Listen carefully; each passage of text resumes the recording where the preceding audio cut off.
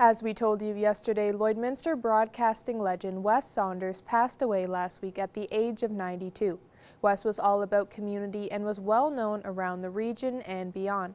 Tonight we hear from family and friends about the life and legacy of Wes Saunders. Good evening. A shooting rampage today in a Chicago suburb. 1 is dead, 6 are wounded. Prairie farmers look to Ottawa for an injection of money to fight drought. I look back to people before me that were part of the station and came through those doors, and he was such a great mentor to them, and they went on to much bigger and better things. And just what he taught as a broadcaster, what he taught as a professional, being respected in the community, and I take that, what I learned from him, to today. So I think they looked to him for stability. He conducted himself professionally, and he tried to, give people a fair and equal opportunity to have a voice. And I think that he helped connect so many people because of the fact that he would do remotes in all the communities in the Lakeland region. The thing is to develop a style of interviewing that you don't intimidate people, but that's how you learn. You learn by doing.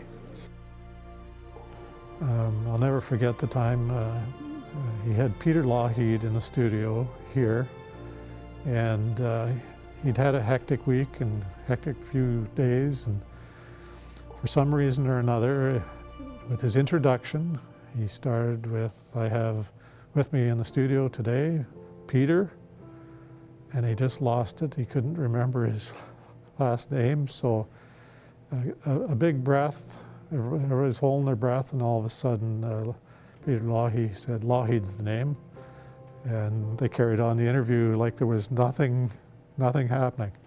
And I think one personal story is bringing my sons into work and going into his office, and he was like Grandpa West to the boys, and which is now full circle because both my boys now work behind the scenes at Stingray on TV. So I think that they came into that building, saw West, and now they're working in that same building.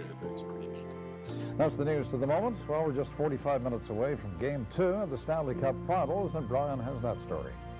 When you look in a dressing room and you look at leaders in a dressing room, he was a leader and he led by example, but more than anything, a true leader doesn't say a lot at times. He's very quiet, but when he does speak, everyone listens. And that was what Wes was, not just in our building, but out in the community. When he talked, everybody listened. It's what you grow up with, you remember more as you get older from the earlier years. That's what they tell me anyway, and so I think that there's still lots of people around that do recall how Wes affected them in their lives. Have a good Victoria Day holiday weekend. We'll see you on Monday at 6.